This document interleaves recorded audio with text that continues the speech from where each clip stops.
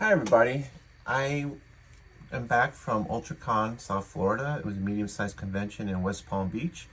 Picked up a lot of comics at pretty good prices, so just thought I'd show what I got. So first off, I got these two issues of Thor. These are from 2001, and I remember seeing these when I first started getting back into comics in 2001 after taking a 6-year hiatus from comics. And these two covers are by Barry Windsor Smith. And as I said a million times before, I am a huge Barry Windsor Smith fan. I've always liked these covers. I've seen them. Never really pursued the comics. This cover especially always gets me, just how gorgeous it is. And I was able to get these for a couple of bucks each, in pretty good shape. So this is just really because of the covers. Dan Jurgens, the writer, Stuart Immonen, very early in his career drew these, so we'll just worry about these beautiful covers. So I'm glad to finally get these. Next, I picked up this. I noticed issue number 2, but it was in the dollar bin. This is one of Jack Kirby's Topps comics, and Jack Kirby created the characters. This pencil and ink by Steve Ditko, and it includes these trading cards that are penciled by Jack Kirby and inked by John Byrne and Dave Gibbons and others. And Bill Sienkiewicz too. So, and actually these were sealed in the bag, in the poly bag, and I decided to break it open for this video because, that's how much these videos mean to me. And so this is just, I just like seeing some of the Steve Ditko work, and I just always am amazed that Steve Ditko, after all the things that he did for Marvel and creating Spider-Man, was just doing this independent work and this, fill-in kind of jobs for Marvel, and he was like basically cast aside because he wasn't, extreme and drawing like they drew in the 90s. So I'm just going to enjoy this for the Steve Ditko art, and that's really it.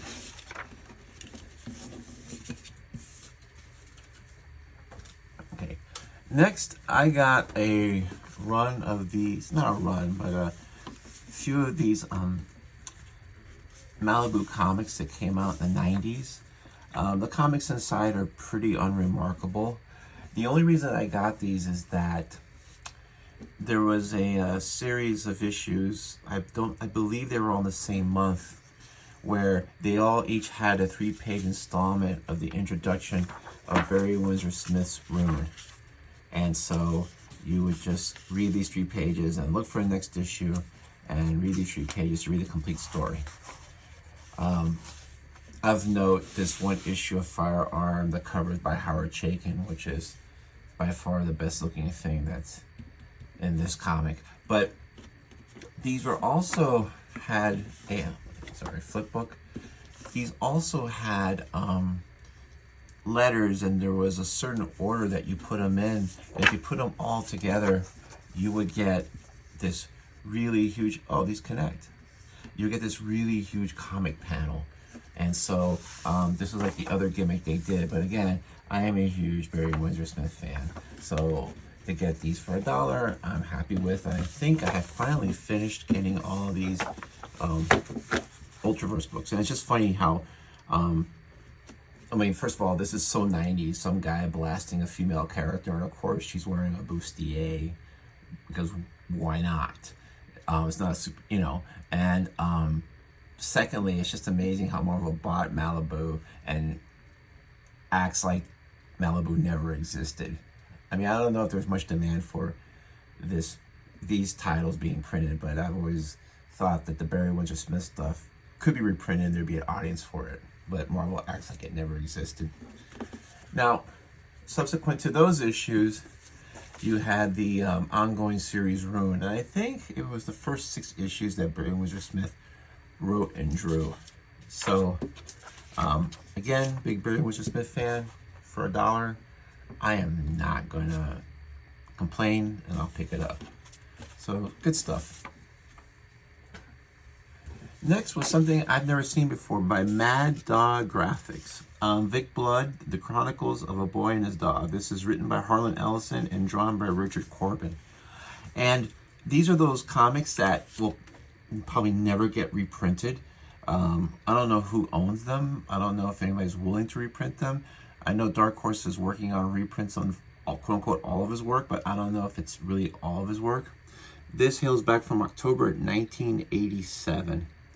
And I don't know anything about this. All I saw was Harlan Ellison wrote it. I'm familiar with A Boy and His Dog. And Richard Corbin drew it. And can't pass it for $1. Next, I got this crossover, Justice League of America and the Wildcats. Now, I really don't dig 90s comics. I'm not really into Wildcats. The only reason I actually picked this up, aside from the fact it was $1, is that Grant Morrison wrote it, and as Chris, my oldest son, was with me, told me, well, if anyone can make this readable, it would be Grant Morrison. So I'm gonna put that to the test. But yeah, this is just so 90s. It's hilarious. So we'll see how it goes. And in the world of other crossovers, this is Star Trek X-Men. And if I see a Star Trek company crossover, I will usually pick it up because usually they're pretty good if they're cheap. Because they actually usually do care about keeping it true to the spirit of Star Trek. And these ones where it's Marvel being involved, although I think it's Marvel was producing what they call Paramount Comics, these things will never be reprinted again. So that's why I got it. So, I was like, okay, this might be decent. And then I see that the writer Scott Lobdell, so already my expectations are lowered. And then this is one of those things where usually with these crossovers, these kind of things, they're done, and they're done with a lot of like reverence and making sure the book is really good. But you have 5 pencilers here, and you have like 10 inkers. So you knew this was just like, hey, let's just crank this out. Hey, you want a page? Hey, you want a page? Hey, you want a page? So my expectations of this are really low, but I may be surprised. Seeing Captain Kirk, he's going to probably hit on Jean Grey, knowing Captain Kirk. Art's okay, but like I said, $1, you can't really complain. I picked this up in the $1 bin as well. This was Valiant in the early 90s was printing vintage Magnus Robot Fighter, and these were the original stories done by Russ Manning. And if you ever heard of the Russ Manning Award, this is who it's named after. I just love this nice, clean art. I know that Jaime Hernandez, in an interview, said that what really kind of inspired him as his approach was Archie comics, but I just love this clean style where you don't have to have like a ton of colors in the background, and it's just very straightforward. So I just picked this up for the art. I don't even know if the story is that great, but I'm gonna enjoy this for that Russ Manning art. And I found this in the $1 bin. This is Bernie Wrightson and the Master of the Macabre. This was a series that was done by Pacific Comics, and I just immediately picked this up. But I was very happy to see that it's full color, and the stories are written and drawn by Bernie Wrightson. And the art here is really great. I don't know what paper they were using back then, but it holds up pretty well. It's not your crappy newsprint. So I'm going to enjoy this. Hopefully the stories are good, but I'm just really going to enjoy this for the art. And I didn't know this was a thing, but apparently they made a few issues of this, so I'm definitely going to be on the lookout for more of these in the bins.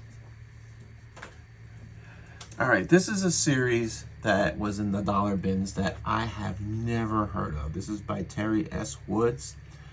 For some reason I know that name, but this is basically one of those self-published black and white comics from 1993.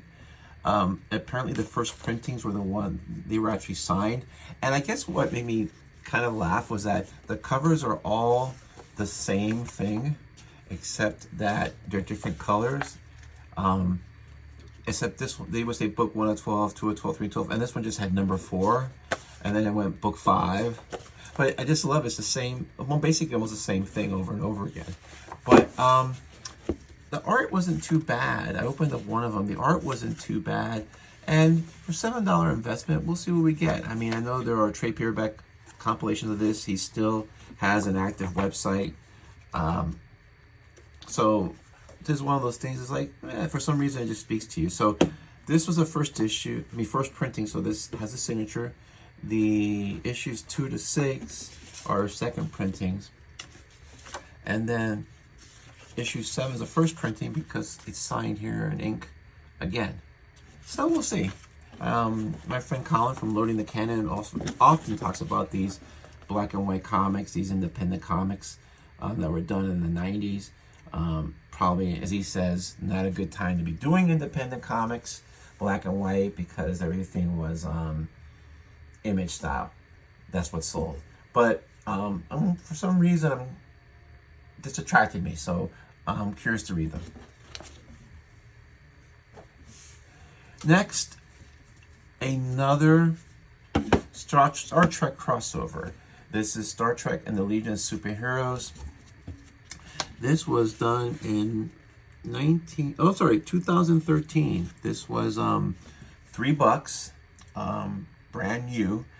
And I have to say that this cover of Kirk standing up with all these really attractive, most of them scantily clad female legionnaires, and he's striking that macho pose and holding his phallic symbol phaser rifle. It's like the most Captain James T. Kirk thing you could ever do in comics.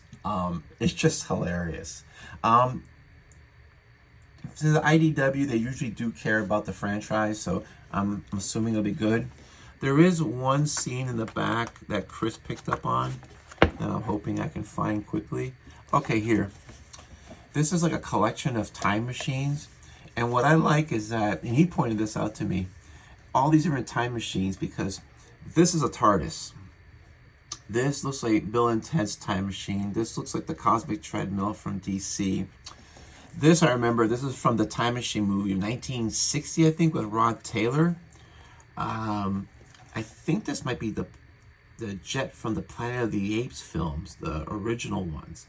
And a couple that I don't know yet. I just love this homage to all these different genres and all these different universes without explicitly saying that's what they are.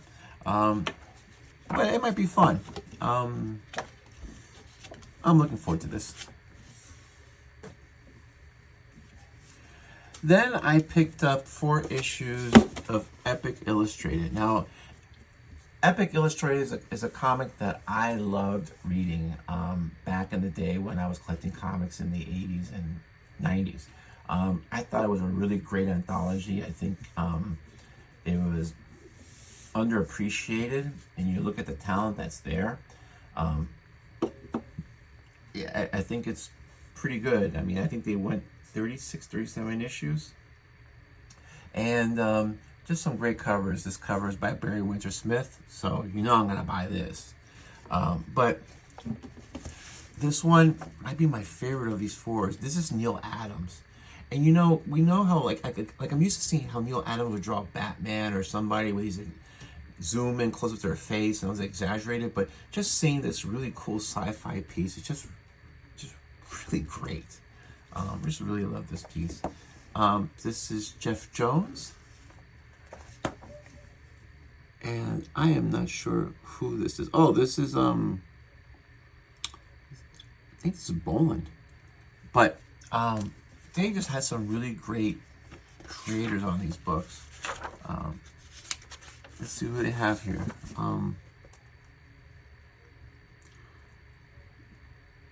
Let me see. Ken Stacy, Jim Starlin, Jean Bello,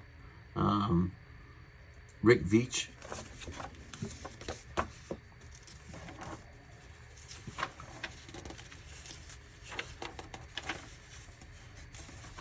see who else they have here.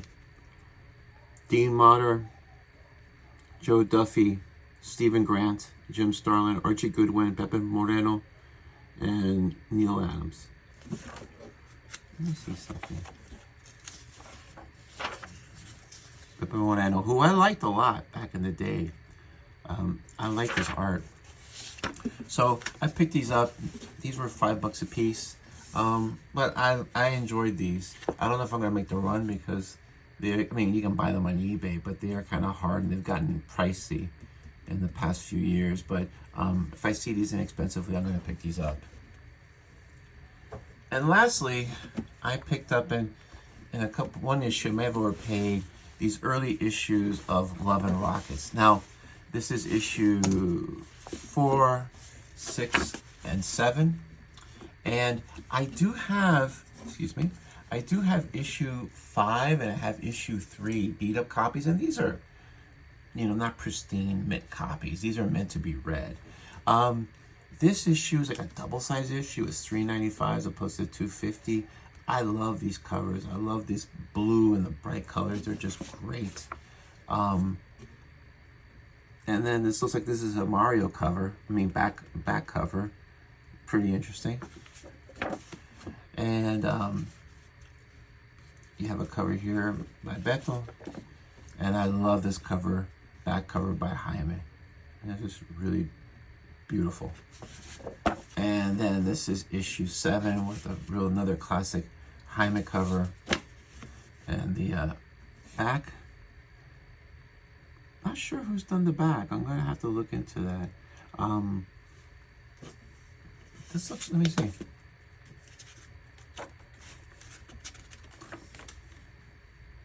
Oh, the back cover's done by Mario.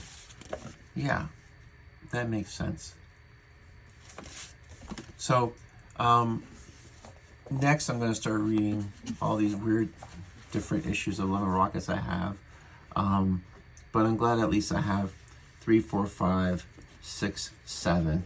So, because I have a lot of gaps between certain issues. So that's it. The next time I do one of these things, I'm going to invite Chris to do a joint one because he got a lot of good finds. And what he collects is different than what I collect. But he found some good stuff, and I actually found some stuff for him. Like, we're texting each other like, hey, are you interested in this? Like, yeah, where's that? And so, I show him and he comes over and then we end up buying it. And it's a lot of fun. So anyway, hope you enjoyed this. This was a lot of fun, and guarantee it wasn't that pricey. Anyway, have a good day and take care. Thanks.